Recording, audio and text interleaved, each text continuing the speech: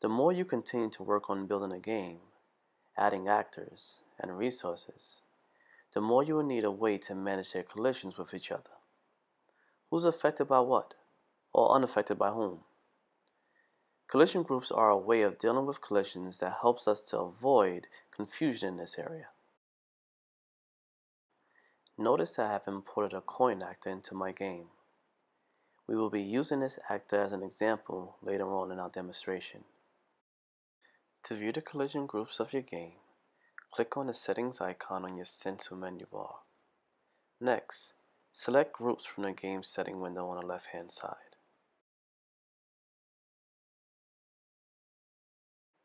This is the collision group window. If you look to the right, you will see a default list of groups that Pt.2 has created to help us organize our game. Notice the Collides With area. These buttons represent all the groups inside of your Pt.2 game. When a button is pressed, it will turn from gray to green to notify you that the selected button group will now collide with the group highlighted in your group's window. These buttons can be toggled on and off as we see fit.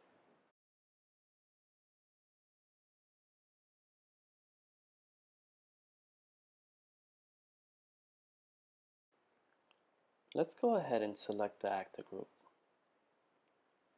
The actor group currently is set to collide with other actors and tiles. It is not set to collide with players, duads, or regions that are in our game. But I can change this at any time if I wanted to, just with the click of a button. By default, each actor that we enter into our game belongs to the actor group. But to change the effects of collision between actors, from time to time we create a new collision group that is bound by different rules of collision. To do so, go ahead and click on the green Create New button that you see here. When the Create a New Group window comes up, you will be given the opportunity to name your group. Let's go ahead and name this group Enemies. The description box is used as a note to self, which will remind you of the purpose that you created this group. Let's go ahead and hit the Create button to create this group. Now, underneath Stencil's default group list, you should see your Enemies group. But it does not as of yet have anything in which it will collide with. Let's change that.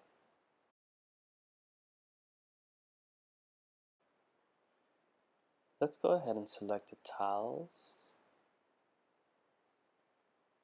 Actors,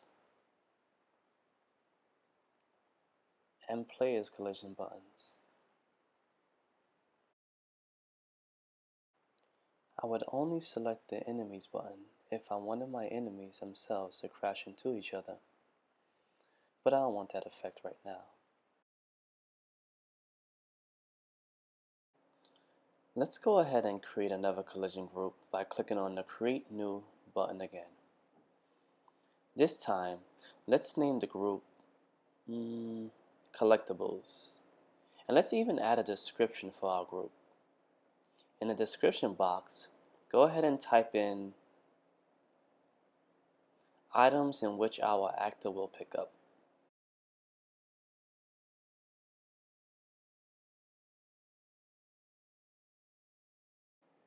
Now just go ahead and click on the Create button to finalize our group. Now you should see the collectible group underneath our recently created enemy group. Let's now add what this group will collide with. Tiles, players, and actors. Yeah, that should be good. Don't forget to hit the OK button to leave the screen. Even though we have created two new collision groups, they are useless without actors inside of them. To place a particular actor inside of a group, on the Actor Type screen on your dashboard, go ahead and double-click on that actor. This will bring you to your Actor's Appearance screen, where you will need to select Properties from the row of buttons at the top. Inside of the Actors Properties screen, you will see the Choose Group section toward the bottom of the window. Presently, this actor Suri is inside of the Actors group.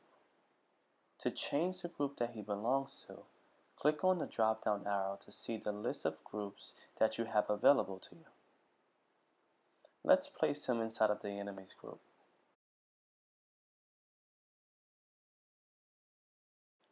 Now that this actor is inside of the Enemies group, remember that he will now collide with and only with all the groups that were selected for the enemies to collide with. Any of the other groups that was not selected would almost appear invisible to him. Now to commit all changes, don't forget to save your game. Once you have navigated back to your dashboard, let's go ahead and place a spinning coin in the group. Remember the collectible group that we made? Let's place it inside of there. Remember how to get there? First, double click on your spinning coin. Then in the Actor Appearance screen, let's go to Property in a row of buttons. In the area which says Choose Group, let's click on the drop-down arrow and then select Collectibles from the list of groups. If you want to, you can also change the groups that this selected actor is set to collide with from the screen. Do you see the Edit Groups button? Go ahead and click on it. This will take you back to the Collision Group screen, where you can set what group your actors collide with. Let's deselect the Actors group from colliding with the Collectibles group. Then let's test our game.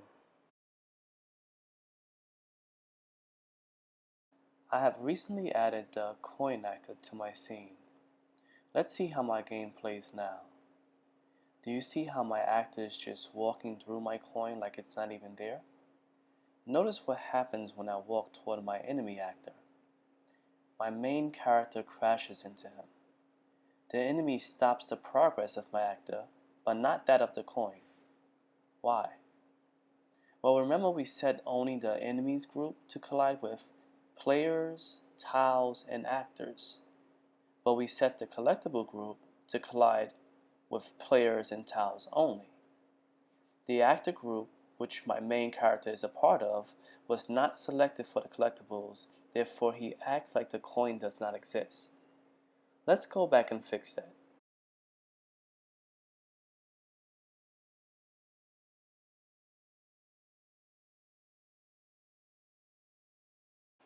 Okay, as you've seen, I have adjusted the collectible collision group by making it capable of colliding with the actor group.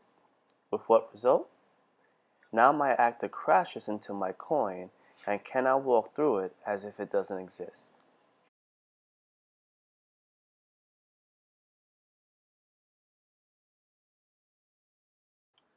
What is a collision sensor? More importantly, why are they used? Collision sensors make once solid objects appear not to be solid. Why? Couldn't I just deselect the collision group button from a prospective group to make an actor not collide with it? Well, yes you can. But the only difference is that sensor would not detect the collision if you did so. The crash would just simply not exist to your game. When we make an actor a collision sensor, Stencil still detects when it collides with another actor, but just doesn't produce a response. We will talk a little bit more about this feature later on. But let's see how it's done.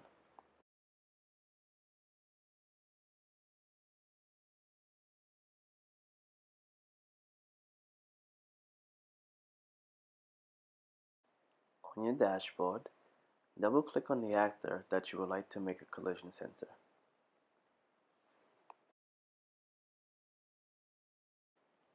Then, go ahead and click on the collision button from the row of buttons at the top of your screen.